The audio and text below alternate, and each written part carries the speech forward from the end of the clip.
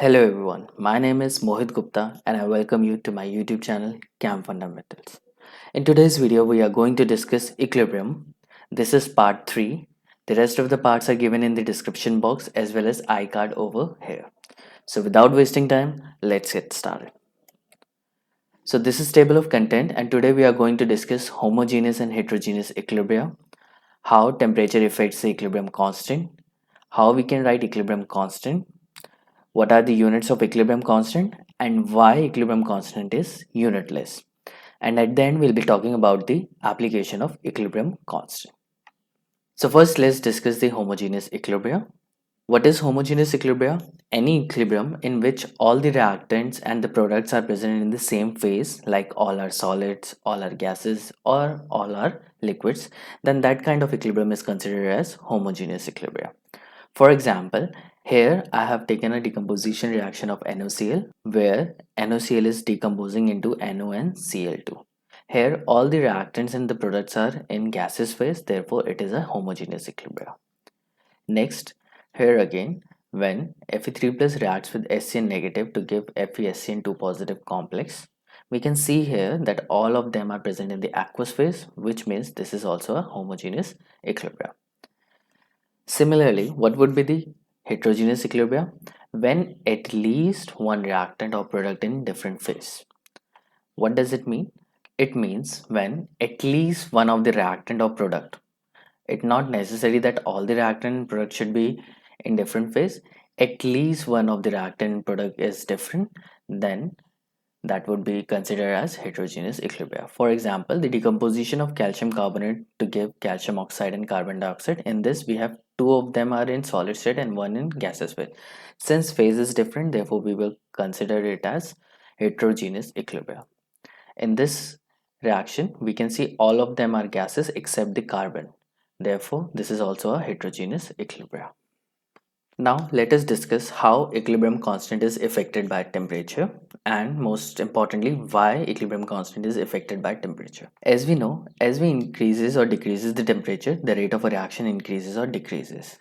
Since equilibrium constant is the ratio of the rate constant of the forward and backward reaction, therefore equilibrium constant also changes with the change in temperature.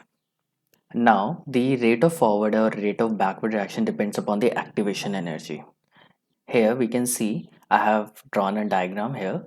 On the x-axis I have taken reaction coordinates and on the y-axis I have taken the energy. Here we can see the reactant is converting into the product.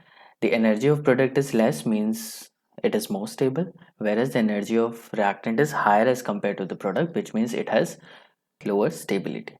Now if reactant has to convert into the product, it has to obtain this minimum amount of energy to reach to this transition state, and the minimum amount of energy that is required for the reactant to convert into the product is considered as activation energy.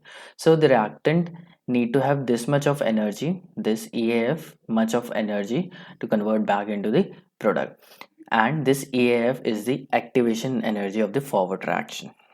Now if we take the backward reaction where product is converting into the reactant, the product needs this much amount of energy to convert back into the reactant.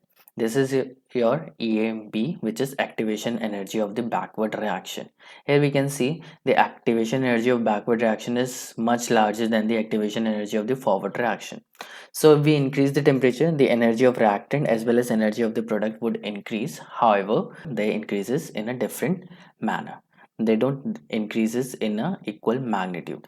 Therefore, on increasing the temperature, rate of forward reaction and rate of backward reaction changes differently. Since equilibrium constant is equal to the rate constant of forward direction divided by the rate constant of backward direction, therefore the equilibrium constant also changes with the change in temperature. Thus, the ratio of Kf and Kb doesn't remain constant on increasing or decreasing the temperature. So let us find out how we write equilibrium constant. We have already seen that how to write equilibrium constant. However, we have to note an important point here. The active masses of pure solid and pure liquid is always taken as constant, which means the concentration of solid and the concentration of pure liquid is equal to the 1. Now, we have to find out why we consider the concentration of solid as well as concentration of liquid to be unity. So to understand that, we have to consider the formula of molarity. What is molarity, or what is concentration? It is the number of the mole of the solute dissolved in 1 liter of this solution. This is the formula where N is the number of moles and V is the volume of the solution. Now N can also be written as mass divided by the molar mass. This is its formula. Now after substituting the formula of N into this formula, what we will get? We will get M is equals to W divided by MW into V, where W is the mass of the solute, MW is the molar mass of the solute, and V is the volume of the solution. Now we already know mass divided by volume, or mass per unit volume, is equal to the density. So on writing this as density, what we'll get? We'll get M is equals to D by MW.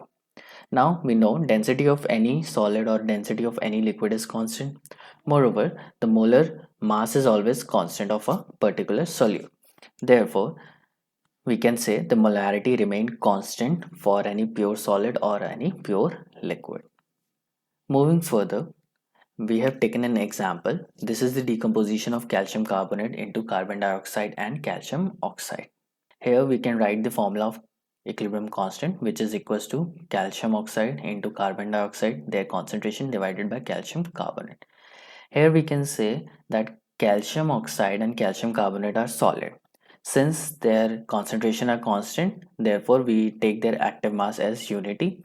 Therefore K would be equal to the concentration of CO2. Hence, the concentration of CO2 will decide at what time the equilibrium will reach. Let's take one more example. The reaction of copper solid with reaction of twice of Ag plus. So basically we have added copper in the solution of silver nitrate. What would happen? Copper will dissolve to give copper 2 plus ions, as well as silver will precipitate out or deposit. In this case, the equilibrium constant can be written as Cu2 positive into Ag raised to power 2, its stoichiometric coefficient, divided by Cu into Ag plus raised to power 2, its stoichiometric coefficient. Now we know, since copper and silver are solid, therefore their concentration will be taken as constant and their active mass would be taken as unity. Hence, the formula of K would reduce to Cu2 plus divided by Ag raised to power 2. So let's take one more example. Here we have taken NH3 when reacts with water. It is liquid, that means we have taken it as a solvent. On reaction, it forms ammonium ion and hydroxide ion. All of them are in aqueous, whereas H2N is liquid. So it is considered as homogeneous equilibrium because all of them are in liquid state or in the aqueous state. So the equilibrium constant can be written as ammonium ions into the concentration of OH ion divided by the concentration of NH3 and divided by the concentration of H2. Since H2 is the solvent and it is a pure solvent, therefore its concentration has to be taken as 1 or unity. Hence we can write down K is equals to ammonium ions into the concentration of OH negative ions divided by the concentration of NH3. So let's talk about the units of equilibrium constant. Now we have seen if the number of concentration term in numerator is equal to the number of concentration term in denominator, then the unit of equilibrium constant would be 1. It would be unitless. However, if the number of moles in the product side is different than the number of moles on the reactant side, then we end up having some unit of equilibrium constant.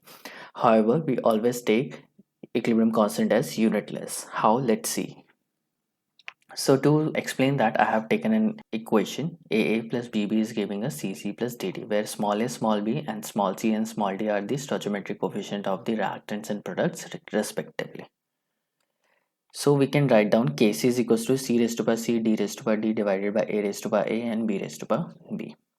Now if I'll substitute its unit, the units of concentration is mole per liter.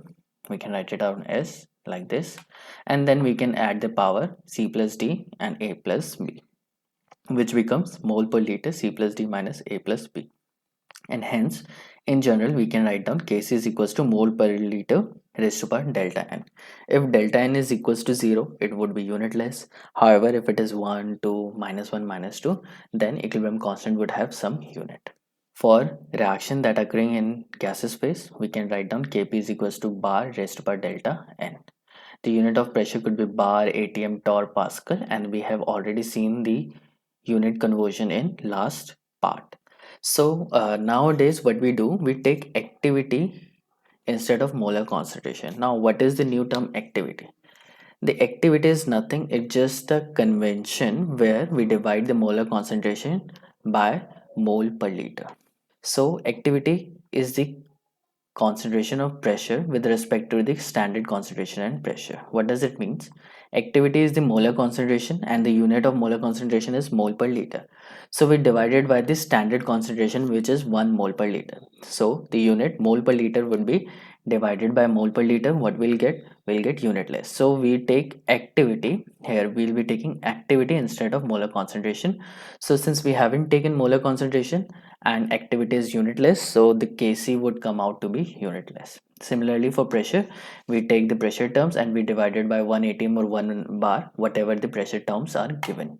So in this way we always take Kp Kc as unitless. Why? Because we take activity instead of molar concentration.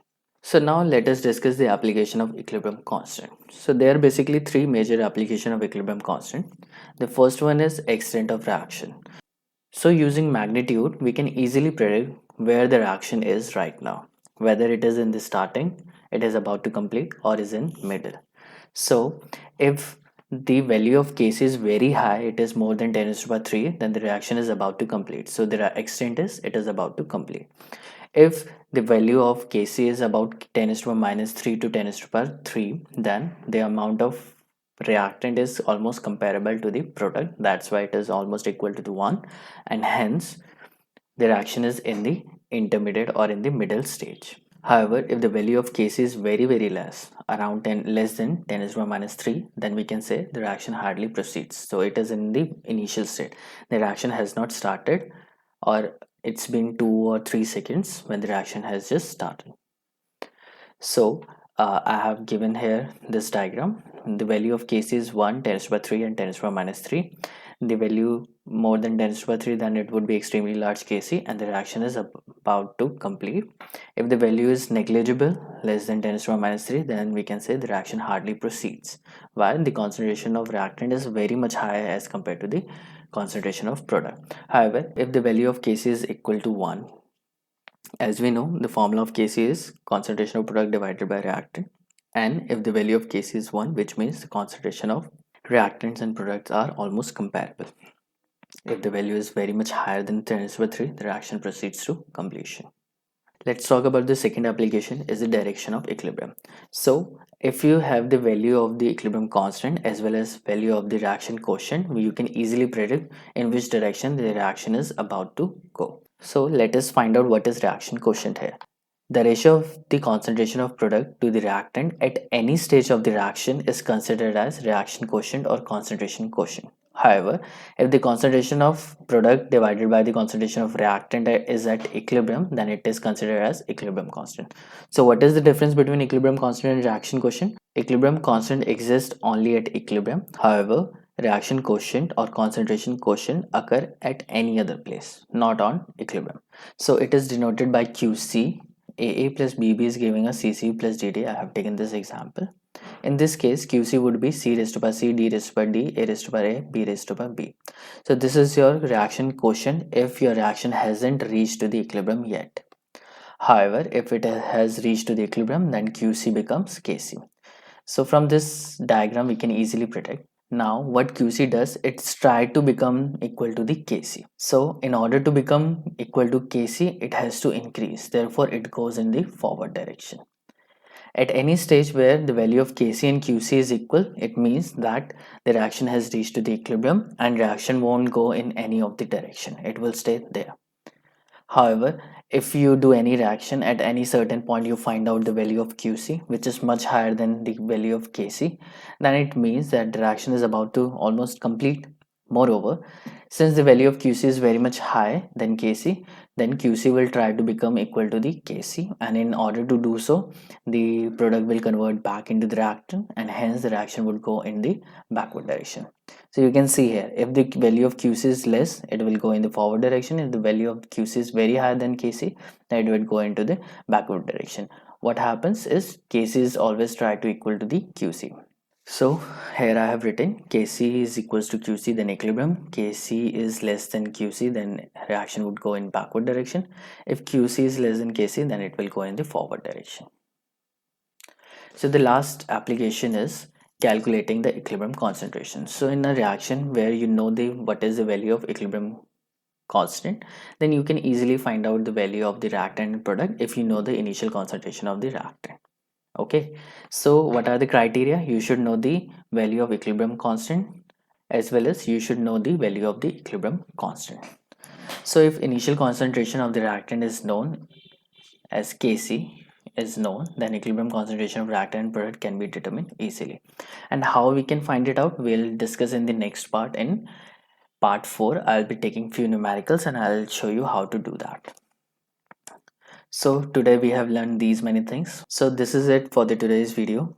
So if you like the video, then please hit the like button and please consider subscribing. Thanks for watching. This is Mohit Gupta signing off. Have a great day.